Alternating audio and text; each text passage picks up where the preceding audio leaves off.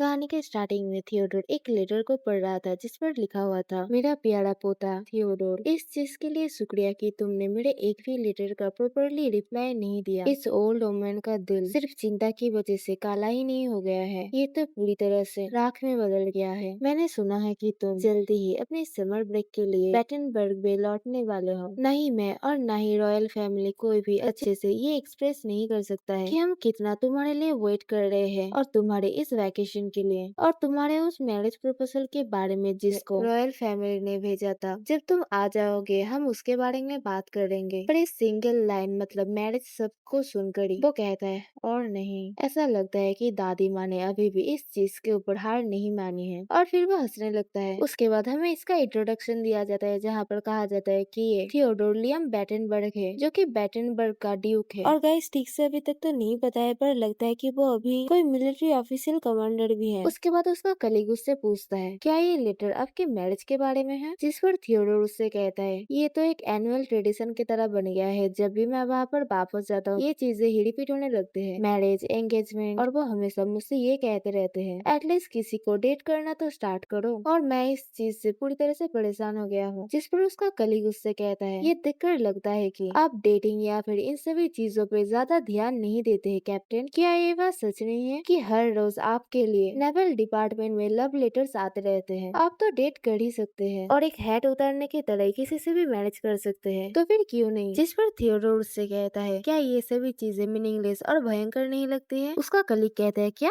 Theodore कहता है मेरा मतलब प्यार। और फिर थियोडोर जाते हुए कहने लगता है इन सभी पॉइंटलेस चीजों के बारे में बात करना बंद करो और मुझे ये बोलो कि तुमने समर के लिए क्या प्लान किया है रिवर रॉस। जिस पर उसका कलीग उससे कहता है मैं साउथ की तरफ जा रहा हूँ, ग्लाउस्टर कैसल की तरफ। मेरे अंकल वहाँ पर एक गार्डनर की तरह काम करते हैं समरसेट फैमिली के लिए। वो कह रहे थे कि उन्हें मदद की जरूरत है, इसलिए मैं सोच रहा हूँ कि मैं वहाँ पर ही उन्हें मदद करने के लिए जाऊंगा। जिस पर थियोडोर उससे पूछता है तुम छुट्टियों में भी काम करोगे? जिस पर उसका कलीग उससे कहता है मैंने सोचा था कि ऐसे ही समर वेकेशन में बैठे रहने से ज्यादा अच्छा होगा अगर मैं कुछ यूजफुल काम करूँ तो। और ग्लाउस्टर कैसल का एनवायरनमेंट भी बहुत फ्रेश और नाइस है और उस एरिया के अराउंड एक रिवर भी है, तो वहाँ पर स्विमिंग करने जाना भी बहुत ही अच्छा होगा। जिन सभी बातों को सुनकर थियोडोर किसी इंसान के बारे में सोचने लगता है जिसने उससे कहा था ऐसा लगता है कि तुम्हें तुम्हारी लाइफ में कोई भी इंटरेस्ट नहीं है, और हमें उसी पास्ट के सीन को दिखाया जाता है। और उस बात को सुनकर तभी थियोडोर ने उससे पूछा था क्या तुम क्या कह रहे हो? जिस पर वो आदमी उससे कहता है मैं सही हूँ है ना, मैं ये बेट लगाकर भी बोल सकता हूँ प्रोबेबली तुम फ्यूचर में भी ऐसे ही रहोगे, पर तुम्हें पता है एक बार के लिए मैं चाहता हूँ कि तुम सभी चीजों को अपने दिमाग से कैलकुलेट करना बंद करके। और उसके बाद वो आदमी पड़कस के सीने के ऊपर हाथ रखकर कहता है इस जगह को फॉलो करो, तुम्हारे दिल को और तुम्हारे डिजायर्स को। मैं ये चीज तुम्हें गारंटी देता हूँ कोई बहुत ही बढ़िया चीज तुम्हारे लाइफ में होने वाली है। उसके बाद प्रेजेंट में थियोडोर अपने कलीग से पूछता है तुम्हारे रिलेटिव साउथ में रहते हैं, तुमने ये कहा है ना? उसका कलीग पूछता है क्या? तभी थियोडोर कहता है मैंने मेरा मन बदल लिया है, मुझे तुम्हें ज्वाइन करने दो तुम्हारे उस मजेदार समर वेकेशन में। उसके बाद दूसरे सीन में हमें एक अलग जगह का सीन दिखाया जाता है जहाँ पर एक बुढ़ा आदमी कह रहा था उसके मैनर्स भी ठीक ठाक है और उसके पास एक प्यारा फेस भी है। तुमने सच में अपनी भांजी को या फिर कहूँ तो नीस को बहुत ही अच्छे से पाला है काउंट समरसेट। मैंने जो एक्सपेक्ट किया था वो तो उससे बहुत ही अच्छी है, मैं सच में बहुत ही सेटिस्फाइड हूँ। उसके बाद हमें उस लड़की से मिलवाया जाता है जिसके बारे में बात हो रही थी, और ये लड़की असल में वैनेसा साइरिन समरसेट है। उसके बाद वैनेसा के अंकल उस बूढ़े से पूछता है तो फिर क्या हम प्लान के हिसाब से आगे बढ़े? जिस पर वो आदमी थोड़ा सा सोचते हुए कहता है, और ये बोलते हुए उसके फेस पर एक शैतानी हंसी थी, शादी से पहले मैं चाहता हूँ कि ब्राइड की जो सतीता है उसे प्रूव करी जाए। जिस पर वैनेसा के अंकल उस बूढ़े से कहता है मैं ये कहना चाहूंगा कि आपका जो सस्पिशियन या फिर सोच है मेरी भतीजी के बारे में, ये सच में एक इंसल्ट की तरह फील हो रहा है बैरन। जिस पर वो बुढ़ा उससे कहता है फिर भी ये मेरा सेकंड मैरिज हुआ भी तो एक दोषपूर्ण या फिर कहूँ तो एक त्रुटिपूर्ण प्रोडक्ट देखने में अच्छा नहीं लगता है ना? जब तक उसका सतीत्व या फिर कहूँ तो चेस्टिटी एश्योर्ड है तब तक तुम मुझसे जो भी चाहो डिमांड कर सकते हो काउंट समरसेट। और फिर वो कहने लगता है मैं एक ऐसे इंसान को जानता हूँ जिसके पास एक अद्भुत एबिलिटी है, वो ये चीज डिटेक्ट कर सकता है कि कोई औरत मर्दों के साथ एक्सपीरियंस्ड है या फिर नहीं। और इन सभी बातों को सुनकर वैनेसा एक पास्ट के सीन को याद करती है जहाँ पर एक इंसान उसे कह रहा था सभी चीजें अभी से बदलने वाली है, सिर्फ गुजरे हुए काउंट समरसेट का जो टाइटल है वो तुम्हारे अंकल के पास चला गया है, इसी वजह से मिस वैनेसा आप फैमिली या फिर स्टेट की किसी भी संपत्ति के ऊपर क्लेम नहीं कर सकती है, वो भी किसी भी चीज के ऊपर भी नहीं। और अभी से आपके अंकल ही कस्टडी के हिसाब से आपके सारे रिस्पॉन्सिबिलिटी उठाएंगे। और इसका मतलब है सभी चीजें, जैसे कि आप क्या खाएंगे, आप क्या पहनेंगे या फिर कुछ भी, वो सभी चीजें वो ही डिसाइड करेंगे। और जब आपकी शादी की उम्र हो जाएगी तब आपकी शादी भी वो ही डिसाइड करेंगे। और इन सभी के ऊपर मिस वनेसा, मैं आपको आपके आने वाले फ्यूचर और कर्मों के लिए मैं आपको बेस्ट ऑफ लक विश करना चाहता हूँ। और वेनिसा ये सब गार्डन की तरफ भागते हुए सोच रही थी। फिर वो जाकर एक अनड़ या फिर कहूँ तो पोमोग्रेनेट के पेड़ के पास रुकती है और हाफने लगती है। और वो अपने मन में सोच रही थी, जब मैं मेरे एडल्टहुड में पहुंच गई तभी मुझे मैरिज के लिए बेच देना और मुझे एक प्रोडक्ट या फिर कहूँ तो सामान कहने का हिम्मत, लगता है कि ये फिट बैठता है। और तभी पेड़ से एक अनार नीचे गिरता है और वो अनार टूटी हुई थी, जिसे देखकर वेनिसा अपने मन में सोचती है, एक टूटीपूर्ण प्रोडक्ट। पर तभी उसे अचानक से सिगरेट या फिर कहूँ तो स्मोक की स्मेल आती है, जिस चीज को देखकर वो सोचती है, सिगरेट की स्मोक, इस गार्डन के अंदर ये कौन हो सकता है। उसके बाद वेनिसा उस स्मोक को फॉलो करते हुए जाती है, जहाँ पर वो सामने देखती है एक लड़का एक पेड़ के नीचे बैठा हुआ था और वो वहाँ पर बैठकर स्मोक कर रहा था, जो कि और कोई नहीं, थियोडोर ही था। उसके बाद वेनेसा अपने मन में सोचती है, ये आदमी है कौन, एक गार्डनर जिसको मैंने पहले कभी भी नहीं देखा है। और थियोडोर भी स्मोक करते हुए वेनेसा की तरफ ही देख रहा था। वो दोनों एक दूसरे की तरफ बहुत देर तक देखते रहते हैं। तभी वेनेसा उससे पूछती है, एक्सक्यूज मी। पर तभी उसे पीछे से एक मेड आकर कहती है, माय लेडी, मैं हर जगह आप ही को ही ढूंढ रहा था, आप यहाँ पर क्या कर रही है। तभी वेनेसा उस मेड से पूछती है, मेरी ये आदमी। पर जब वो सामने देखती है वो हैरान हो जाती है, क्योंकि वो आदमी वहाँ पर नहीं था। और वो सोचती है वो आदमी कहाँ पर गया। और उसकी मेड भी उससे पूछती है, क्या वहाँ पर कोई है। और हम देखते कि थियोडोर तो वहाँ पर नहीं था, पर उसने अपना सिगरेट वहाँ पर ही छोड़ दिया था। उसके बाद दूसरे सीन में थोड़े दिन बाद का सीन दिखाया जाता है, जहाँ पर थियोडोर और उसका कलीग दोनों ही एक साथ मिलकर पेड़ से अनार कलेक्ट कर रहे थे। और जब वो दोनों काम कर रहे थे तभी उसका जो कलीग है वो सुन पाता है कि वेनेसा का मेड वेनेसा से कह रही थी, माय लेडी, मैं तो आपको कब से ही ढूंढ रही थी। जिस वजह से थियोडोर का दोस्त भी उसी की तरफ देखने लगता है, मतलब वेनेसा की तरफ। और वो कहने लगता है, क्या लेडी वेनेसा। अगर सच कहूँ तो वो तो बहुत दिनों से, मतलब कहूँ तो एक वीक से ही कैप्टन को फॉलो कर रही है। और हम देखते दूर से ही वेनेसा और उसकी मेड थियोडोर को ही देख रही थी, जिस चीज को देखकर उसका दोस्त थियोडोर से कहता है, ऐसा लगता है कि लेडी वेनेसा आपसे कुछ कहना चाहती है, तो शायद आपको भी उनके साथ बात कर लेना चाहिए। जिस बात को सुनकर थियोडोर कोई उसे रिप्लाई नहीं देता है, पर एक अनार ऊपर से ही नीचे फेंक देता है। और उसके बाद थियोडोर कहता है, क्या मुझे इस चीज में इन्वॉल्व होना जरूरी है, ये सभी चीजें बोरिंग चीजें हैं, लव एट फर्स्ट साइट और वो सब चीजें, ये सभी चीजें तो सोचने से ही कैसा लगता है। जिस पर उसका दोस्त कहता है, पर फिर भी लेडी वेनेसा को देखकर ऐसा लगता है कि वो आपके प्यार में बहुत ही बुरी तरह से पड़ गई है कैप्टन। शायद ये ज्यादा अच्छा होगा अगर आप ये चीज अच्छे से क्लियर कर दे और मेंशन कर दे कि आप कोई एक्चुअल गार्डनर रिवर रोज नहीं है। बेसिकली थियोडोर वहाँ पर रिवर रोज का जो आइडेंटिटी है वो लेकर आया था। तो उसके बाद उसका कलीग कहने लगता है, और मैं शायद उनको याद भी नहीं हूँ, पर हम जब छोटे थे तब हम दोनों एक साथ खेला करते थे। पर इस बात को सुनकर थियोडोर उबासी या फिर एक साई फैलता है। तभी उसका कलीग या फिर दोस्त परेशान होते हुए कहता है, नहीं मेरा मतलब, तो फिर क्या प्लीज अपने रहने की जगह को बदल देंगे। जिस पर थियोडोर उससे पूछता है, मेरे रहने की जगह पर क्या प्रॉब्लम है। और उसके बाद उसका रहने की जगह मतलब रूम दिखाया जाता है, जहाँ पर चारों तरफ मकड़ियों के जाले थे और धूल थे। तभी उसका कलीग उससे कहने लगता है, ये चीज मुझे बहुत ही चिंता में डाल रहा है कि आप एक गार्डन के शेड में रह रहे हैं। कैसा होगा अगर आप इसकी जगह कोई पास वाले विला में रहे, तो यहाँ पर जरूर सब कुछ आपके लिए बहुत ही अनकंफर्टेबल हो रहा होगा। जिस चीज से थियोडोर ऊपर से उतरता है और उसे कहने लगता है, देखो अभी के लिए मैं रिवर रोज हूँ, वो नेफ्यू या फिर वांजा जो कि मिस्टर रोज को यहाँ पर मदद करने के लिए आया है, जो कि यहाँ का गार्डनर है। अगर मैं लग्जरी जगह में रहूंगा तो फिर क्या मेरा वेश या फिर मुखौटा जल्दी ही नहीं हट जाएगा। जिस पर उसका कलीग या फिर रिवर रोज फिर से कहता है, पर अगर आपका मुखौटा हट जाएगा और वो आपको पहचान ले, तो क्या वो आपको बहुत ही अच्छे से ट्रीट नहीं करेंगे। जिस पर थियोडोर उसे कहता है, नहीं वो सभी उसके बाद मुझे उस हॉरिबल स्टेट या फिर राज्य के अंदर घसीट कर ले जाएंगे और मुझे बहुत ही भयंकर मैरिज के अंदर ढकेल देंगे, जिस मैरिज को तुम इमेजिन भी नहीं कर सकते हो। और वो बेसिकली अपने राज्य के बारे में बात कर रहा था। फिर वो कहता है, अगर यही मेरी दादी चाहती है तो आखिर में तो यही करेंगी। उसके बाद वो फिर से कहने लगता है, एनीवे मैं यहाँ पर बहुत ही मजे कर रहा हूँ, तो फिर उन पॉइंटलेस बातों को छोड़ो। जिस पर रिवर रोज, गाइस मुझसे एक मिस्टेक हो रही थी, इसका नाम ही एक्चुअल में रिवर रोज है, इस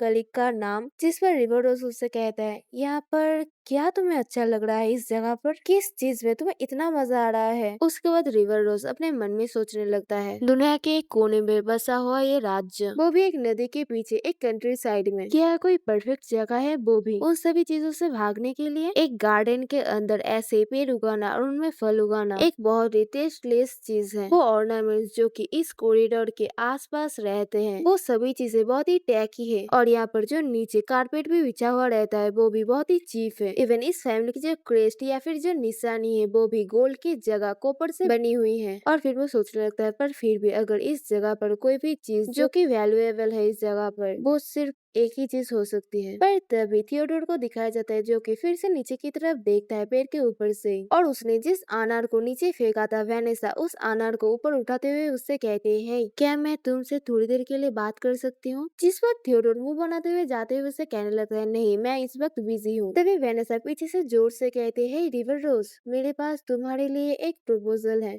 जिस पर थियोडोर कहता है, एक प्रपोजल? तभी वेनेसा ब्लश करने लगती है और हम देखते उसके हाथ में जो अनार था वो अनार टूटा हुआ था, जिस वजह से उसके अंदर से अनार का रस नीचे गिर रहा था। और तभी वेनेसा उस अनार को उसे देते हुए कहती, मेरा मतलब मैं तुम्हें खरीदना चाहती हूँ रिवर रोज। और इस वक्त वेनेसा ब्लश कर रही थी। इसी के साथ चैप्टर 3 की स्टार्टिंग एक हफ्ते पहले की टाइमलाइन से होती है, जहाँ पर हम दो न्यू कैरेक्टर से मिलते हैं, जिनमें से एक लड़की थी जो कि कह रही थी, ऐसा प्रिटेंड करो जैसे कि तुम्हें मेंटल इश्यूज है, या फिर एकदम सस्ता बिहेव करने लग जाओ। अगर तुम चाहो तो मैं तुम्हें मेरे ग्रैंड मदर्स के कपड़े भी उधार दे सकती हूँ। उसके बाद हमें इस कैरेक्टर का इंट्रोडक्शन दिया जाता है, जहाँ पर कहा जाता है कि इस लड़की का नाम रोजेलिना फेबियन विंचेस्टर है। फिर हमें दूसरे लड़के से मिलवाया जाता है जो कि कह रहा था, पर तुम्हारे पास इस तरीके के कपड़े अभी तक है ही क्यों? और इस लड़के का नाम है ब्लेयर फेबियन विंचेस्टर, और लड़की का नाम रोजेलिना और लड़के का नाम ब्लेयर है, तो कंफ्यूज मत हो जाना। और मैं अभी तक कंफर्म तो नहीं हूँ, पर लगता है कि ये दोनों सिबलिंग्स हैं। उसके बाद ब्लेयर कहने लगता है, और वैसे भी ऐसा लगता है कि उस इंसान को ये चीज और भी ज्यादा अच्छी लगेगी अगर तुम उसके ग्रैंड मदर के कपड़े पहनो तो, क्योंकि बैरन हार्ट तो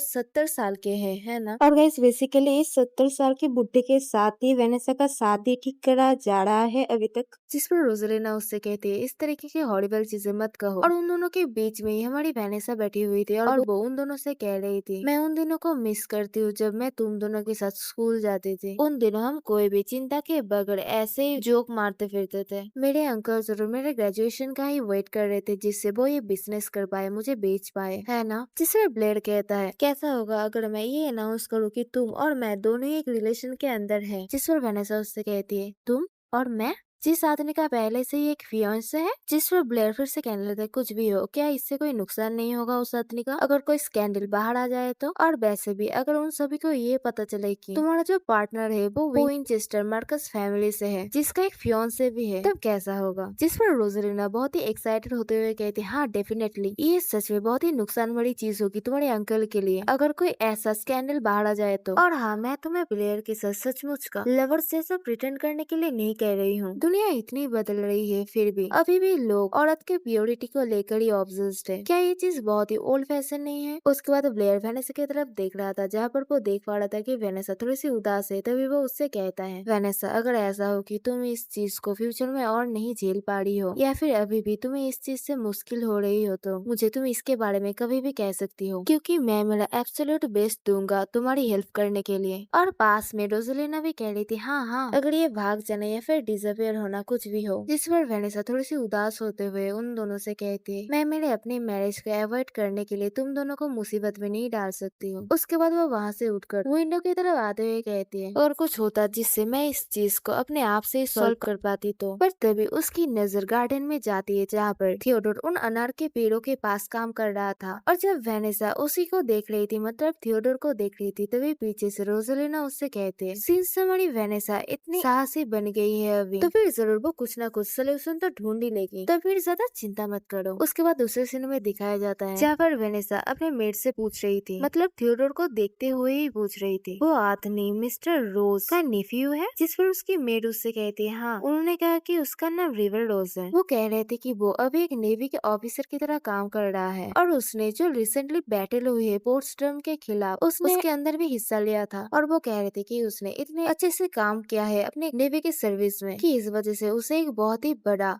या फिर लॉन्ग वैकेशन मिला है इस समर में, और देखकर ऐसा लगता है कि वो अपनी छुट्टी में मिस्टर रोज को मदद करने के लिए यहाँ पर आया है। और सभी मेट्स तो उसको लेकर बहुत ही उत्सुक है कि एक बहुत ही अच्छा या फिर हैंडसम वर्कर यहाँ पर काम करने के लिए आया है। और उन सभी बातों को सुनकर वेनेसा अपने मन में सोचती है, अगर ये लड़का रिवर रोज हुआ तो। फिर हमें एक पास्ट का सीन दिखाया जाता है जहाँ पर छोटी वेनेसा कह रही थी, रिवर रिवर जल्दी से आओ, और हमारा रिवर रोज उसी के पीछे पीछे ही भाग रहा था, जहाँ पर रिवर रोज रोते हुए कह रहा था, रुको चलो एक साथ चलते हैं। और उस बचपन के सीन को याद कर कर वेनेसा अपने मन में सोचती, क्या वो रोतरू बच्चा और ये सिगरेट पीता हुआ आदमी, क्या वो हमेशा से ही ऐसा ही था? फिर भी अगर हम दोनों पहले से एक दूसरे को जानते हैं तो फिर ये चीज ज्यादा मुश्किल नहीं होगी। उसके बाद वेनेसा मैडी मतलब उसकी मेड से कहती है, मैडी अगर तुम अपने किसी चीज को बेचना नहीं चाहती हो तो फिर तुम्हें ये मेक श्योर करना पड़ेगा कि वहाँ पर तुम्हें खरीदने के लिए कोई बायर ही नहीं है या फिर खरीदार ही नहीं है। जिस पर उसकी मेड उससे पूछती है, क्या इसका मतलब? जिस पर वेनेसा फिर से कहने लगती है, अगर मैं उस चीज के ऊपर एक बहुत ही गहरा घाव या फिर फ्लॉ छोड़ दूं तो कोई हिम्मत भी नहीं करेगा इस चीज को खरीदने की। पर वो स्कैंडल सिर्फ मेरा ही होना चाहिए, जो कि सिर्फ मुझे ही झेलना पड़ेगा। और इस केस में रिवर रोज एक सूटेबल पार्टनर है, वो भी बहुत से चीजों में। वो अपने मन में सोच रही थी, इसके अलावा भी उसका जो फिजिकल बॉडी है वो भी सच में बहुत ही एक्सीलेंट है। उसके बाद वेनेसा कहती है, और उसे देखकर ऐसा लगता है कि वो भगवान से भेजा हुआ एक दूत है जो कि मुझे ही बचाने के लिए आया है। पर इस बात को सुनकर मैरी थोड़ी सी हैरान थी, उसको कुछ समझ ही नहीं आ रहा था। और फिर वेनेसा मैरी से कहती है, मैरी क्या तुम पहले अंदर जाना पसंद करोगी, क्योंकि कुछ चीजें जो कि मैं मिस्टर रोज से कहनी चाहती हूँ। और उसके बाद वो थियोडोर की तरफ बढ़ने लगती है, पर पीछे से मैरी उसको पुकार लेती है, पर माय लेडी। उसके बाद सीन वही पर शिफ्ट होती है जहाँ पर वेनेसा ने थियोडोर से कहा था कि मैं तुम्हें खरीदना चाहती हूँ। जिस बात से थियोडोर उससे पूछता है, इस चीज का मतलब क्या है कि तुम मुझे खरीदना चाहती हो? जिस पर वेनेसा उससे कहती है, ये एग्जैक्टली ऐसा साउंड करता है जैसे कि इस समर के लिए तुम मेरा लवर होने का प्रिटेंड करोगे और मैं तुम्हें अच्छे से पे करूंगी। जिस पर थियोडोर वेनेसा से कहता है, लेडी वेनेसा प्लीज कृपया करके उस उबाऊ काम को छोड़िए और मुझे इस चीज का कारण बताइए। और वो ये सब बोलते वक्त वेनेसा के हाथ में जो अनार था, टूटा हुआ अनार था, उसी की तरफ ही देख रहा था। जिस पर वेनेसा उससे कहती है, मुझे एक स्कैंडल की जरूरत है जो कि मेरे मैरिज को रुइन कर देगा। ये चीज ऐसा होना चाहिए जिससे ये चीज मुझे शादी के बाजार से पूरी तरीके से बाहर निकाल दे, और अगर इसके लिए एक बच्चा भी हो जाए तो फिर ये भी ज्यादा अच्छा रहेगा। और मेरे स्कैंडल में पकड़ा जाने का कंपनसेशन, इसके बाद का तुम्हारा जो सेफ्टी है वो सभी मेरे ऊपर छोड़ दो। जब गर्मियाँ खत्म हो जाएगी तब ऐसा लगेगा जैसे कि ये सब कभी हुआ ही नहीं था। जिन सभी बातों को सुनकर थियोडोर स्माइल करता है और फिर कहता है, वेनेसा। और फिर थियोडोर वेनेसा के हाथ को पकड़ता है, उसी हाथ को जिस हाथ में वेनेसा ने वो टूटा हुआ अनार पकड़ा हुआ था। और फिर वो उस अनार को अपने लिप से टच करते हुए कहता है, क्या होगा अगर गर्मियों के बाद भी तुम मेरी बॉडी से टायर्ड ना हो तो क्या करेंगे?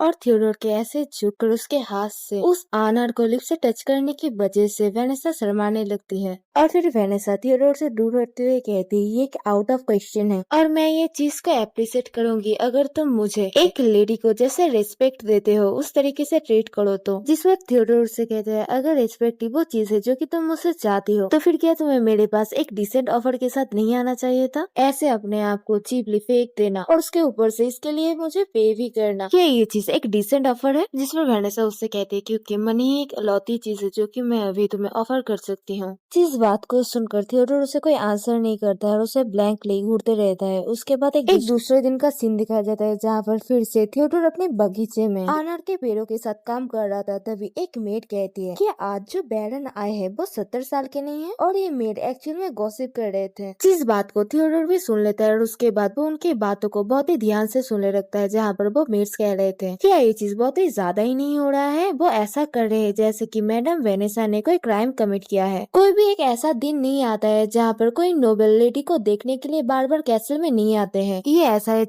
जैसे तुम ग्रेजुएट हो गए वैसे ही तुम्हें मार्केट में थ्रो कर दिया गया, वो भी बेचने के लिए। और मास्टर का जो लेटेस्ट बिजनेस है वो भी बहुत ही बुरी तरीके से फेल हो गया है। ऐसी बातों को सुनकर थियोडोर उसी दिन को याद करता है जब वो वेनेसा के साथ बात कर रहा था। तभी वेनेसा ने उससे कहा था, मेरे नाम के अंडर में एक पेंशन है और अगर मेरे नाम पर एक बच्चा होगा तो मैं इस पेमेंट के लिए रिक्वेस्ट कर पाऊंगी, और अगर बच्चा होने के बाद मुझे ये पैसा मिल जाए तो मैं हर साल तुम्हें 5 साल तक पैसा देते रहूंगी। और उस पेंशन के अलावा भी बहुत सारे रास्ते हैं जिसकी मदद से मैं पैसा कमा सकती हूँ। तो फिर अगर कोई सर्टेन अमाउंट है जो कि तुम चाहते हो। पर तभी थियोडोर मुस्कुराता है और उससे कहने लगता है, मैं ये चीज समझ सकता हूँ कि आपकी हालत बहुत ही दुखद भरी है, पर मैं क्या करूँ। मैं कोई ऐसा इंसान नहीं हूँ जो कि पैसे के लिए बहुत ही डेस्परेट है। और ये सब बोलते वक्त थियोडोर उसी की तरफ ही बढ़ रहा था, जिस चीज से वेनेसा थोड़ी सी दूर हट जाती है और वो थोड़ी सी दुखी होने लगती है। फिर वो उससे कहती है, मुझे पता है कि तुम्हारे अंकल मिस्टर रॉस ने मेंटेनेंस की जो जिम्मेदारी है वो ली है, और वो गार्डन के काम में बहुत ही पैसे खर्च कर रहे हैं। क्या वो ये नहीं कर रहे हैं? जिस बात को सुनकर थियोडोर याद करता है कि रिवर रोज ने अपने अंकल से उसे मिलवाया था और कहा था कि ये मेरे अंकल है मिस्टर रिवर। उसके बाद वेनेसा फिर से कहने लगती है, मैंने उनकी खर्च की जो एविडेंस थे उन सभी को छुपा कर रखा है। जिसे बातों को सुनकर थियोडोर अपने मन में सोच रहा था, लेडी वेनेसा का जो प्रपोजल है ये भी उन डल स्टोरीज में से है जो कि मैंने थाउजेंड्स टाइम सुन रखी है पहले ही। जैसे कि उससे पहले हाई सोसाइटी के लोग हमेशा मुझसे कहते रहते हैं, मैं योर ग्रेस के लिए बहुत ही ग्रेटर वेल्थ और ऑनर ला सकती हूँ। मैंने योर ग्रेस को बहुत ही लंबे टाइम के लिए चाहा है। मैं योर ग्रेस के दर्द भरी चाइल्डहुड को कंफर्ट करना चाहती हूँ जो कि उन्होंने झेला है। और ये सभी बातें थियोडोर याद कर रहा था जो कि पास्ट में सभी ने उससे कहा था। और तभी वो जमीन में एक टूटी हुई अनार को देखता है और किसी ने उससे कहा था, रिवर रोज मैं तुम्हें खरीदना चाहती हूँ। और थियोडोर सोचता है दूसरों के कंपैरिजन में उसका जो रीजन है या फिर जो प्रपोजल है वो थोड़ा सा इंटरेस्टिंग है। शायद इस रीजन की वजह से मैं इस औरत को लेकर बहुत ही क्यूरियस बन चुका हूँ। उसके बाद थियोडोर वेनेसा से कहता है, उस बूढ़े आदमी के मेंटेनेंस के पैसे के साथ मेरा क्या रिश्ता है। जिस पर वेनेसा उससे कहती है, पर मिस्टर रोज तो तुम्हारे अंकल है। उसके बाद थियोडोर सिगरेट जलाते हुए कहता है, अगर तुम मेरे साथ बेड के अंदर एक बार घूमना फिरना चाहती हो तो फिर ये सब पैथेटिक थ्रेट्स देना मुझे बंद करो और मुझे डायरेक्टली कन्फेस करो कि तुम मुझसे प्यार करती हो। पर वेनेसा को उसके सिगरेट के स्मेल से प्रॉब्लम हो रही थी। उसके बाद थियोडोर अपने मन में सोचता है, मैं शायद क्यूरियस हो गया हूँ, इसी वजह से शायद मैंने उसे एक ऐसा आंसर दिया जिसको किसी भी नजरिए से देखो ये बहुत ही गलत था। जिस पर वेनेसा उससे कहती है, पर रिवर क्या ये डिसऑनेस्टी नहीं होगी? अगर मैं किसी से प्यार नहीं करती हूँ फिर भी अगर मैं उनसे ये कहूँ कि मैं उनसे प्यार करती हूँ। जिस आंसर को सुनकर थियोडोर थोड़ा सा हैरान हो जाता है और फिर वो कहने लगता है, तो फिर मान लीजिए कि हमारी बातचीत विफल हो गई है या फिर फेलियर हो गई है। जिस पर वेनेसा कहते हैं, पर रुको, तो फिर मुझे जो करना है वो है तुमसे प्यार करना, है ना? थियोडोर कहता है, कौन जाने। उसके बाद थियोडोर अपने सिगरेट को नीचे फेंक देता है और वेनेसा के पास आते हुए कहता है, चाहे मुझे तुम थ्रेट करो या फिर मेरी तरफ सच्चा प्यार दिखाओ, अगर मैं तुम्हारे द्वारा प्रेरित नहीं होता हूँ तो फिर क्या यही पर इस चीज का अंत नहीं होता है? जिस पर वेनेसा उससे कहते हैं, क्या? पर तुम इस चीज से क्या समझाना चाहते हो मुझे? पर तभी थियोडोर वेनेसा को उसके गर्दन से मतलब वेनेसा के गर्दन से अपने पास ले आता है और उसके कमर को भी पकड़ता है और उसे किस करने लगता है। और ये किस बहुत देर तक चलता है जिस वजह से वेनेसा को भी शर्म आ रही थी। और थियोडोर अपने मन में सोच रहा था ये चीज सिर्फ उसको ह्यूमिलेट करने के लिए था, पर फिर भी ये बहुत ही टेरिफाइंगली या फिर भयानक रूप से बहुत ही सॉफ्ट है। इस पॉइंट तक जैसे कि मैंने सोचा था कि ये चीज मुझे डिस्गस्टिंग लगेगी, पर अभी मुझे लगता है कि उस चीज पर ही मुझे हंसी आ रही है। उस भावना पर ही कि मैंने इस चीज को डिस्गस्टिंग सोचा था, तो फिर क्या इस औरत को मैं चाहता हूँ? उसके बाद वो किस कंप्लीट होने के बाद वेनेसा शर्माते हुए थियोडोर से पूछती है, तो फिर क्या ये अच्छा था? जिस पर थियोडोर उससे कहता है, कौन जाने, मुझे नहीं लगता है कि ये चीज आखिर में पॉसिबल भी हो पाएगी। उसके बाद हम कैसल का अंदर का सीन देखते हैं जहाँ पर ब्लेयर ऊपर खिड़की के पास बैठकर ऊपर से नीचे की तरफ वेनेसा और थियोडोर को ही देख रहा था। फिर वो बटलर से पूछता है, बटलर वो आदमी जो कि वेनेसा के पास खड़ा हुआ है, क्या तुम जानते हो कि वो आदमी कौन है? क्योंकि मुझे नहीं लगता है कि मैंने उसके फेस वाले किसी इंसान को कैसल के आसपास देखा है। जिस पर वो बटलर ऊपर से थियोडोर को देखते हुए कहते हैं, ओ तुम्हारा मतलब वो आदमी, वो तो हमारा जो गार्डनर है मिस्टर रॉस उसका ही नेफ्यू है। मैंने सुना है कि वो नेवी में काम करता है और यहाँ पर उसने अपने अंकल को मदद करने के लिए टेम्परेरी रुका हुआ है अपने वैकेशन के दौरान। जिस पर ब्लेयर कहते हैं, तुमने कहा नेवी, इस आदमी के बारे में जो भी इंफॉर्मेशन निकाल सकते हो वो मुझे ला कर दो। तुमने कहा कि वो गार्डनर का नेफ्यू है, पर किसी रीजन की वजह से उस आदमी का जो फेस है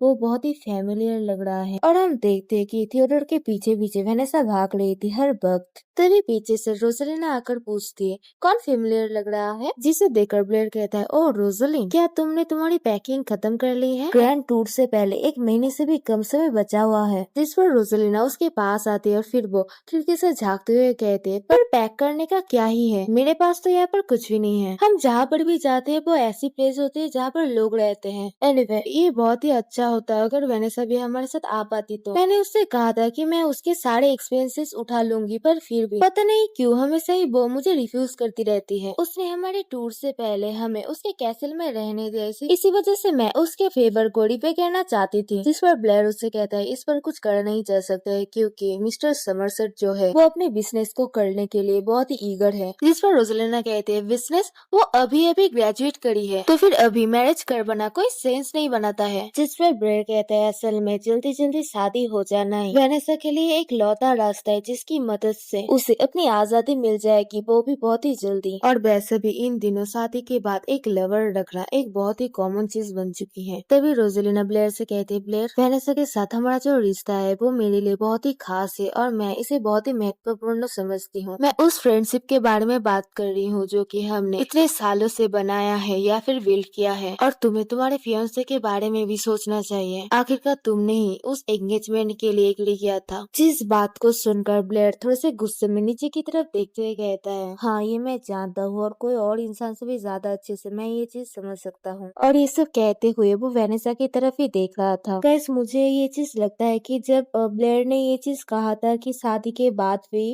अफेयर या फिर लव पार्टनर रहना एक कॉमन चीज बन चुकी है इन दिनों में, तो बेसिकली उसने ये वेनेसा को मिन कर ही कहा था ब्लेयर ने। मतलब वो शायद वेनेसा को पसंद करता है, मुझे ये लगता है, मैं कंफर्म नहीं हूँ।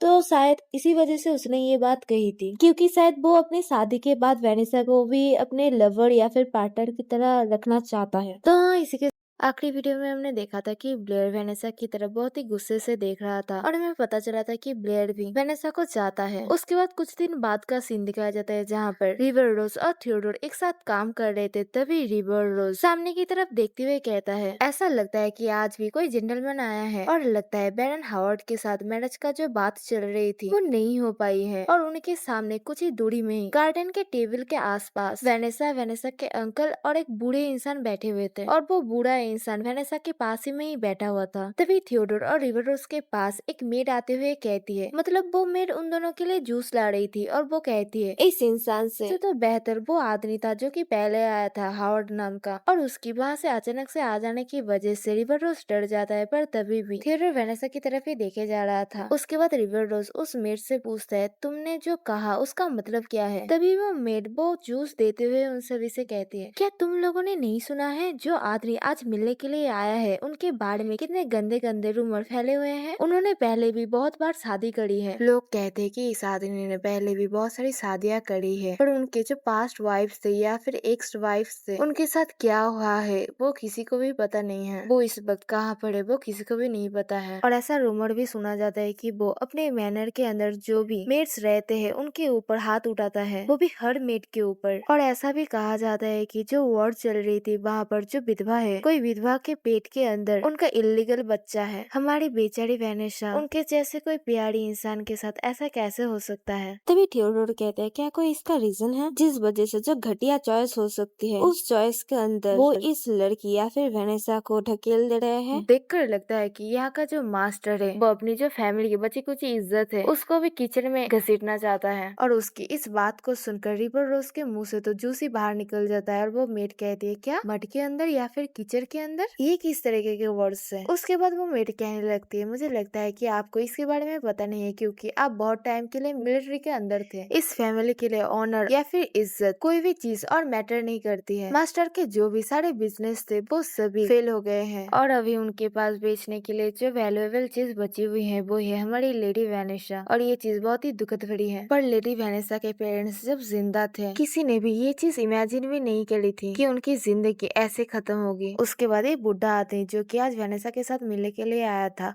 वो आदमी वेनेसा के अंकल से कहता है ये चीज तो मुझे सोचने से ही मुझे कमजोर बना रहा है कि इतनी प्यारी लेडी को कोई 70 साल का बैरन हावर्ड जैसा आदमी ले जाने वाला था। मैं सच में बहुत ही ग्रेटफुल हूँ कि आपने जल्दी से मेरे साथ कांटेक्ट कर लिया मिस्टर समरसेट। मैं तो ऑलमोस्ट एक बहुत ही बेहतरीन चीज खोने ही वाला था। और वो ये सब बोलते बोलते वो बुढ़ा आदमी वेनेसा के थाइस को टच कर रहा था जिस चीज से वेनेसा को अनकंफर्टेबल फील हो रहा था। तभी वो बुढ़ा फिर से कहने लगता है, बाय द वे मैंने सुना है कि वेनेसा ने बोर्डिंग स्कूल से ग्रेजुएट करी है, और मैंने तो ये बात भी सुनी है जो यंग मार्कस विंचेस्टर है, वेनेसा तो उनके साथ भी बहुत ही क्लोज है। जिस पर वेनेसा के अंकल बहुत ही खुश होते हुए हंसते हुए कहते हैं, आपको इस चीज के बारे में चिंता करने की कोई जरूरत नहीं है, ये चीज मैं आपको गारंटी देता हूँ। वेनेसा और यंग जो मार्क्वेस है उनके बीच में कोई भी रिश्ता नहीं है। हमारी वेनेसा तो उन ट्विंस के साथ जन्म से ही बहुत ही क्लोज फ्रेंड्स है। पर ये सभी बातें जब चल रहे थे तभी भी वो बुढ़ा आदमी वेनेसा को टच कर ही जा रहा था, जिस चीज से तो वेनेसा भी कांपने भी लग गई थी। उसके बाद वेनेसा के अंकल फिर से कहने लगता है, और वैसे भी मैंने मेरी जो नीस है उसकी जो प्राइवेट लाइफ है उस चीज को बहुत ही अच्छे से संभाला है और जांच के भी देखा है, तो आप मुझ पर ट्रस्ट कर सकते हैं। पर अभी भी वेनेसा कांप रही थी क्योंकि उस बुड्ढे का हाथ उसके ऊपर से हट ही नहीं रहा था। और फिर वो बुड्ढा हंसते हुए कहता है, हाँ हाँ मैं तुम्हारी बातों को विश्वास करता हूँ। फिर वेडिंग के लिए जो ऑटम आने वाला है वो सीजन बहुत ही परफेक्ट रहेगा, और ऑटम तक हमें प्रिपरेशन करने के लिए भी बहुत सारा टाइम मिल जाएगा। जिन बातों को सुनकर वेनेसा शॉक हो जाती है, और उसके बाद वेनेसा के अंकल फिर से कहने लगते हैं, इस चीज को सुनकर मुझे सच में बहुत ही खुशी हुई। तो फिर चलिए पहले जो बिजनेस के बारे में बात करे थे, क्या फिर हम उसके बारे में फिर से बात करना चालू कर सकते हैं अभी। और उसके बाद वो दोनों मतलब वेनेसा के जो अंकल थे वो और वो बुढ़ा आदमी वो दोनों कन्वर्सेशन कंटिन्यू करते रहते हैं। पर वेनेसा को बहुत ही असहज महसूस हो रहा था, वो बहुत ही अनकंफर्टेबल फील कर रही थी, जिस वजह से वो अपना फेस दूसरी तरफ घुमा देती है। पर तभी वो किसी चीज को देखकर थोड़ी सी हैरान हो जाती है। उसकी आंखें सीधे जाकर थियोडोर के आंखों से मिलती है, और थियोडोर उसी की तरफ ही देखे जा रहा था। उसके बाद शाम का सीन दिखाया जाता है जहाँ पर थियोडोर काम करने के बाद अनार के जो पैकेज होते हैं उस चीज को लेकर चलकर जा रहा था, तभी पीछे से वेनेसा आकर कहती है, रिवर रोज हमें बात करनी होगी। और ये सब बोलते हुए वेनेसा उसके पीछे पीछे भाग रही थी, पर थियोडोर उसकी बातों पर नहीं रुकता है और वो उससे कहता है, मुझे नहीं लगता है कि कुछ बचा हुआ है हमारी बात करने के लिए। जिस पर वेनेसा कहती है, रिवर, और फिर वो भागकर जाके थियोडोर के सामने आ जाती है और कहती है, चलो इस चीज को दोबारा करते हैं। जिस पर थियोडोर उसकी तरफ देखते हुए कहता है, क्या। जिस पर वेनेसा शर्माते हुए कहती है, वो किस। और फिर वेनेसा थियोडोर के पास आते हुए कहती है, इस बार मैं श्योर हूँ कि मैं इस चीज को अच्छे से कर पाऊंगी। जिस बात को सुनकर थियोडोर वेनेसा की तरफ देखता है और उसके बाद उसे क्रॉस कर कर जाने लगता है और उससे कहता है, मुझे नहीं लगता है कि फिर से ट्राई करने से कुछ चेंज हो जाएगा। मैंने ये बात तुमसे पहले ही कह दिया था कि मैं तुम्हारी तरफ अट्रैक्टेड नहीं हूँ। जिस पर वेनेसा पीछे से उससे कहते हैं, नहीं रुको। और उसके बाद वेनेसा थियोडोर के शर्ट को पीछे से पकड़ लेती है, और फिर वो थियोडोर से कहती है, शादी का दिन भी फिक्स्ड हो गया है उस काउंट के साथ, और ऑटम में मुझे उन सभी सेरेमनी के थ्रू जाना पड़ेगा। और ये सभी चीजें बोलते हुए वेनेसा का हाथ कांप रहा था, जिस चीज को थियोडोर देख लेता है। और फिर वो वेनेसा से कहता है, अगर तुम इतनी डेस्परेट हो इस चीज के लिए तो फिर तुम बाहर क्यों नहीं जाती और एक आदमी को तुम्हारे लिए क्यों खरीद नहीं लेती हो। जिस पर वेनेसा अपना फेस नीचे कर कर कहती है, मेरे पास कोई फ्रीडम नहीं है, मैं इस जगह को छोड़कर नहीं जा सकती हूँ। मेरे ऊपर जो सर्विलेंस है या फिर नजरदारी है वो इस कैसल के अंदर थोड़ी सी कम है। जिस पर थियोडोर उससे कहता है, तो फिर किसी आदमी को कैसल के अंदर बुला लो तो फिर प्रॉब्लम सॉल्व हो जाएगा। जिस पर वेनेसा उससे कहती है, कोई इंसान जो कि इस कैसल के अंदर आएगा वो मेरे अंकल डिसाइड करते हैं। उसके बाद थियोडोर फिर से उससे कहता है, तो फिर यहाँ से भाग जाओ कहीं भी इस जगह से दूर। जिस पर वेनेसा फिर से कहती है, मेरे पेरेंट्स को यहाँ से ज्यादा दूर में दफनाया नहीं गया था, सिर्फ मैं ही एक लौती इंसान बची हुई हूँ जो कि उनके ग्रेव का देखभाल कर सकती है। जिस पर थियोडोर उससे कहता है, तुम यहाँ पर रहोगी और सभी चीजों को झेलोगी, वो भी तुम्हारे मरे हुए पेरेंट्स के लिए, एक स्कैंडल के साथ जियोगी वो भी हाई सोसाइटी में एक गॉसिप बनने के लिए। तभी वेनेसा उससे कहती है, रिवर, क्या तुम्हें मैं याद नहीं हूँ? क्या तुम्हें मैं सच में याद नहीं हूँ? जब हम छोटे थे तब हम एक साथ हमेशा ही खेला करते थे। और गाइस इस पूरे वक्त वेनेसा ने थियोडोर के हाथ के पास का जो कपड़ा है उस चीज को पकड़ के रखा था। तभी थियोडोर अपने मन में सोचता है, इस पॉइंट पर क्या मुझे उससे कह देना चाहिए कि वो मुझे जो इंसान सोच रही है वो इंसान मैं नहीं हूँ। पर तब तो वो जो रियल रिवर रोज है उसके पास जल्दी से ही भाग कर चली जाएगी और वही सेम एग्जैक्ट प्रपोजल रखेगी उसके सामने, और हमारा बेचारा जो इनोसेंट रिवर रोज है वो तो इस चीज पर गिर ही जाएगा। तभी वेनेसा फिर से थियोडोर से कहती है, मैं जानती हूँ जो प्रपोजल मैंने तुम्हारे लिए रखा है वो बहुत ही ऑफेंसिव है तुम्हारी तरफ, पर जो असली रीजन है जिसकी वजह से मैंने तुम्हारी तरफ ये प्रपोजल रखा है वो ये है क्योंकि तुम एक कम्प्लीटली आउटसाइडर हो। मैंने ये सोचा था सिंस तुम एक नोबल नहीं हो तो फिर तुम्हारे पास कोई ऐसा ऑनर नहीं है जो कि तुम खो सकते हो, इसलिए मैंने सोचा था एक स्कैंडल की वजह से तुम्हें उतना भी ज्यादा हर्ट नहीं होना पड़ेगा और तुम्हारा उतना भी ज्यादा नुकसान नहीं होगा। जिस पर थियोडोर हंसते हुए उससे पूछता है, अगर मैं कोई नोबल होता तो फिर क्या तुम मुझसे ये नहीं पूछती? जिस पर वेनेसा उससे हिचकिचाते हुए कहती है, अगर मैं किसी ऐसे इंसान के साथ स्कैंडल में आ जाती जो कि एक नोबल है और उसका ऑनर बहुत ही ऊंचा है, तो फिर मेरे अंकल डेफिनेटली ये ट्राई करेंगे कि वो किस तरीके से मुझे उस इंसान के साथ जोड़ पाएंगे। पर ये चीज मैं नहीं चाहती हूँ। मेरे पास ऐसा कोई चाह नहीं है कि मैं किसी भी इंसान के साथ मैरिज के थ्रू बाउंड होना चाहूंगी। ऑनेस्टली कहूँ तो मैरिज एक मीनिंगलेस चीज है, अनलेस ये किसी ऐसे इंसान के साथ है जिस इंसान से मैं प्यार करती हूँ, वो भी सच में। एनीवे, मैं तुम्हारे वैकेशन को रुइन नहीं करूंगी और तुम्हें एनॉय भी नहीं करूंगी। जब तुम यहाँ से चले जाओगे तभी वो स्कैंडल ब्रेक हो जाएगा और सभी का अटेंशन मेरे ऊपर ही फोकस हो जाएगा। उसके बाद वेनेसा थियोडोर के हाथ को पकड़ते हुए कहती है, रिवर, ये एक समर है और ये सभी चीजें इस सीजन के अंदर ही सूख जाएंगे। और उन सभी बातों को सुनकर थियोडोर अपने मन में सोच रहा था, मेरे पास 3 ऑप्शन है। एक कॉमनर बन के इस औरत को अपना लो, अदरवाइज मैं इसके प्रपोजल को इग्नोर कर सकता हूँ, या फिर मैं इसके प्रपोजल को इग्नोर कर सकता हूँ और यहाँ पर ही मेरा जो परफेक्ट वैकेशन है, जो समर वैकेशन है, इस चीज को खत्म कर सकता हूँ। और जो आंसर है वो बहुत ही क्लियर और सिंपल है, मैं मेरा ये जो सीक्रेट एस्केप है, या फिर मैं जैसे भाग कर आया हूँ, मैं इस चीज को और भी एंजॉय करना चाहता हूँ। और फिर वो बहुत ही गौर से वेनेसा की तरफ देखते हुए सोचता है, और ये लड़की वो मोर देन इनफ है मेरी पहली। पर उसकी सोच के खत्म होने से पहले ही वेनेसा बहुत ही जोर से चिल्लाने लगती है, रिवर, मुझे बचाओ। जिस पर थियोडोर पूछता है, क्या हुआ है? वेनेसा डरते हुए कहती है, मेरे पीठ में कुछ है। थियोडोर से कहता है, शांत रहो, ठीक से सांस लो। पर वेनेसा बहुत ही डरते हुए, कांपते हुए वहाँ पर ही बैठ जाती है थियोडोर के हाथ को पकड़ के और कहने लगती है, स्पाइडर, स्पाइडर, एक स्पाइडर। मुझे लगता है कि मेरे पीठ में एक स्पाइडर है। जिस बात को सुनकर थियोडोर उसके पीठ को चेक करने लगता है और वो देखता है कि सच में उसके पीठ में एक स्पाइडर चल रहा था। तभी वेनेसा डरते हुए उससे पूछते, क्या तुम्हें ये मिल गया, वो स्पाइडर? और गाइस, थियोडोर ने शायद उस स्पाइडर को हटा दिया था वहां से, या फिर वो स्पाइडर खुद से ही नीचे गिर गया था। वो स्पाइडर ऑलरेडी गिर गया था, पर तभी भी थियोडोर कहता है, मुझे नहीं पता है, मुझे लगता है कि तुमने तुम्हारे बालों को ही एक स्पाइडर सोच लिया था। जिस पर वेनेसा डरते हुए उससे पूछती, क्या तुम सच में श्योर हो कि तुमने इस चीज को नहीं देखा है? प्लीज फिर से देखो, मुझे लगता है कि ये चीज मेरे कपड़ों के अंदर चला गया है। जिस पर थियोडोर से कहता है, क्या तुम चाहती हो कि मैं इसके अंदर जाऊँ और उस चीज को चेक करूं? वेनेसा डरते हुए कहती है, हाँ,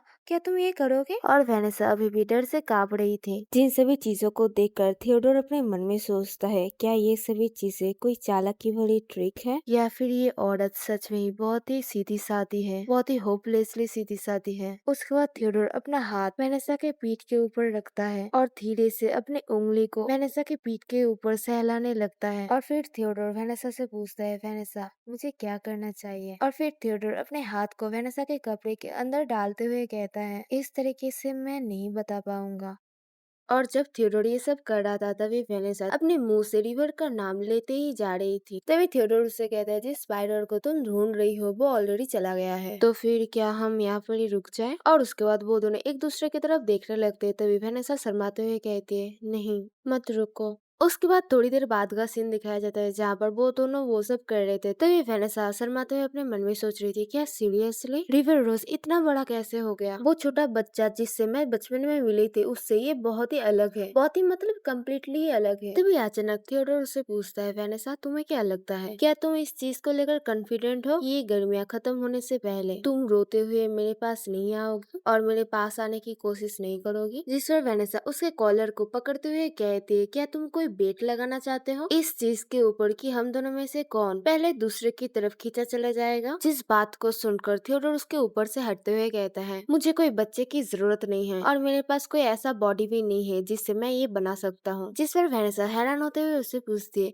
क्या ये बायोलॉजिकली है या फिर तुम अपने क्यूरियोसिटी को सेटिस्फाई करने के लिए ये सब बोल रहे हो? तभी थियोडोर वेनेसा के सर को सहलाते हुए कहता है, अगर बच्चे की बात ना हो तो, और अगर तुम इस चीज से ठीक रहो तो कि हमें बच्चा नहीं नहीं चाहिए, तो फिर शायद हम दोनों एक दूसरे के साथ टाइम को एंजॉय कर पाएंगे, वो भी थोड़ी देर के लिए या फिर कुछ वक्त के लिए। और अगर शायद तुम ऐसे एक्ट करते रहो तो तुम्हें शायद तुम्हारी थोड़ी रेपुटेशन भी खोनी पड़ेगी। पर तभी अचानक से वैनेसा वहाँ से उठ जाती है और वो कहती है, तो फिर मेरे पास एक कंडीशन है, जब हम दोनों एक दूसरे के साथ टाइम को एंजॉय करेंगे तब इस पूरे वक्त हम एक दूसरे की तरफ फेथफुल रहेंगे। और फिर वैनेसा अपना हाथ थियोडोर की तरफ बढ़ाते हुए कहती है, मैं चाहती हूँ कि तुम इस चीज को सीरियसली लो, कोई ऐसी क्षणस्थायी रिलेशन की तरह नहीं जहाँ पर सिर्फ हम दोनों एक दूसरे से मजा ही लेंगे और कैजुअली बाकी चीजों को दूर ढकेल देंगे। फिर वैनेसा शर्माते हुए कहते, पर हम दोनों ऐसे रहेंगे जैसे कि हम दोनों सचमुच के लवर्स हैं। जिस बात को सुनकर थियोडोर वैनेसा के हाथ को पकड़ता है, फिर वो स्माइल करते हुए कहता है,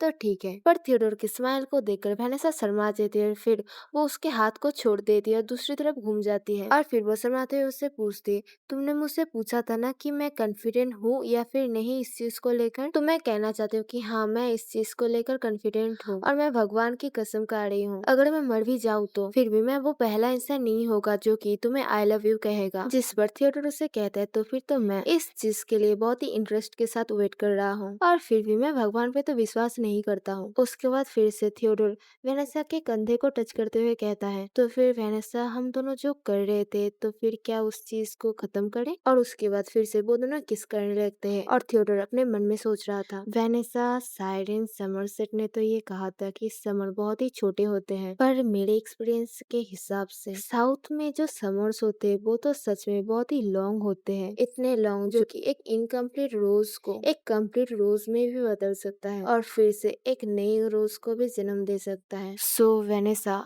तुम्हें शायद ये चीज नहीं करनी चाहिए थी। उसके बाद वेनेसा थियोडोर के पीछे पीछे थियोडोर जहाँ पर रह रहा है उस घर के अंदर जाती है और जब वेनेसा चारों तरफ देख लेती तभी थियोडोर उससे कहता है, अगर तुम टायर्ड हो तो फिर तुम थोड़ी देर के लिए सो जाओ, मैं जाकर तुम्हारे लिए थोड़ा सा पानी लाता हूँ जिससे तुम अपने आप को क्लीन कर पाओगे। उसके बाद थियोडोर उसे वहाँ पर ही अकेला छोड़कर चला जाता है और फिर वेनेसा बेड के ऊपर बैठकर वो सब याद कर रही थी जो सब उन दोनों ने किया था और ये सभी चीजें याद कर ही वो शर्माने लगती है और शर्माते हुए वो अपने मन में सोचते हैं, क्या सीरियसली मेरे साथ हुआ क्या है, मैंने सच में ये किया, वो भी रिवर के साथ, वो भी पैसा को।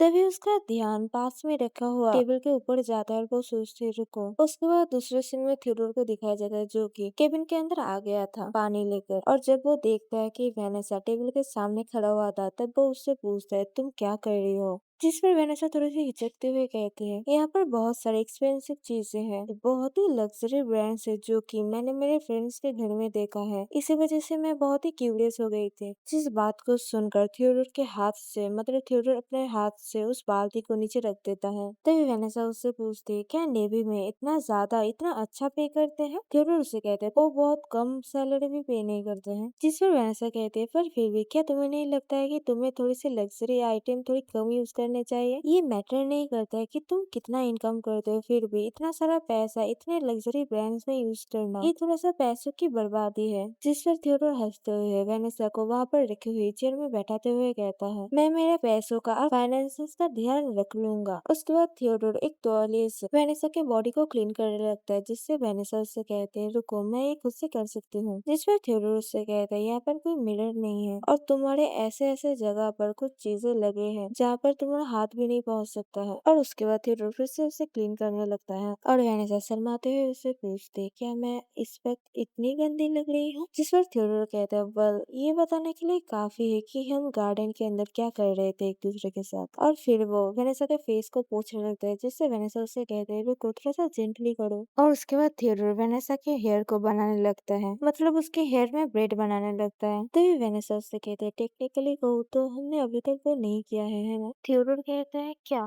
तभी वेनेसा उससे कहता है, मेरा मतलब वो चीज जो तुमने कहा था कि हमने गार्डन में किया था, पर हमने तो कम्प्लीटली वो नहीं किया था। जिस बात को सुनकर थियोडोर मुस्कुराते हुए कहता है, क्या तुम आशा कर रहे थे कि तुम जब ऐसे कांप रहे थे एक पत्ते की तरह, मैं तब अपने आप को तुम्हारे ऊपर फोर्स करूंगा। जिस पर वेनेसा कहती है, मैं उतना भी नहीं कांप रही थी। तभी थियोडोर कहता है, ये हो गया है। और जब वेनेसा अपने हेयर को देखती है, वो देखती है थियोडोर ने उसके हेयर को बहुत अच्छे से बनाया था और वो कहती, ये तो बहुत ही प्यारा है, पर तुमने ये क्या कैसे। जिस बात पे थियोडोर स्माइल करते हुए वेनेसा के गाल में अपना हाथ रखते हुए कहता है, किसे पता, अगली बार जब हम मिलेंगे तब मैं तुम्हें इसके बारे में बताऊंगा। उसके बाद दूसरे सीन में वेनेसा का रूम का सीन दिखाया जाता है जहाँ पर उसकी मेड मैरी उससे कह रही थी कि आपको कोई आइडिया है, मैं आपको कब से ढूंढ रही थी, आप लंच के बाद ही गायब हो गए थे, मैं सच में आपके लिए बहुत ही चिंतित थी। जिस बात को सुनकर वेनेसा हंसते हुए कहती, मुझे माफ कर देना, मैं असल में एक बुक पढ़ रही थी। और उसके बाद वो शर्माते हुए कहती, और बुक पढ़ते पढ़ते मैं गार्डन के अंदर ही सो गई थी। तभी मैरी उससे पूछती, और आपका बाल का जो रिबन है वो इतना गंदा क्यों है? ये तो पूरी तरीके से मिट्टी और पत्तों के स्टेन से भर गया है, मैं जाकर इसे अभी फेंक कर आती हूँ। और जब मैरी इसे फेंकने के लिए जा रही थी तभी वेनेसा उस रिबन को पकड़ लेती है मैरी के हाथ से, और फिर वो उससे कहती है, तुम्हें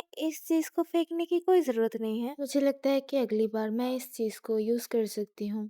तभी दूसरी तरफ थियोडोर को भी दिखाया जाता है जहाँ पर थियोडोर जिस तौलिए से वेनेसा को क्लीन कर रहा था उस तौलिए को पकड़ कर ही वो बैठा हुआ था और उस तौलिए की तरफ ही देख रहा था। और तभी अचानक से वो कुछ सोचता है और उस तौलिए को नीचे फेंक देता है, जहाँ पर दूसरी तरफ वेनेसा ने उस गंदी हेयर का जो एक्सेसरीज था उस चीज को भी अपने पास रख दिया था। और इस चीज से हम सभी को उन दोनों का एक दूसरे की तरफ जो सोच है एक दूसरे को लेकर इस चीज को दर्शाया जाता है। और इसी के साथ ये चैप्टर यहाँ पर ही खत्म होती है। अगर ये वीडियो तुम्हें अच्छी लगी हो तो वीडियो को लाइक करना, चैनल को सब्सक्राइब करना अगर तुमने अभी तक नहीं किया है तो। और इसी के साथ थैंक्स फॉर वॉचिंग।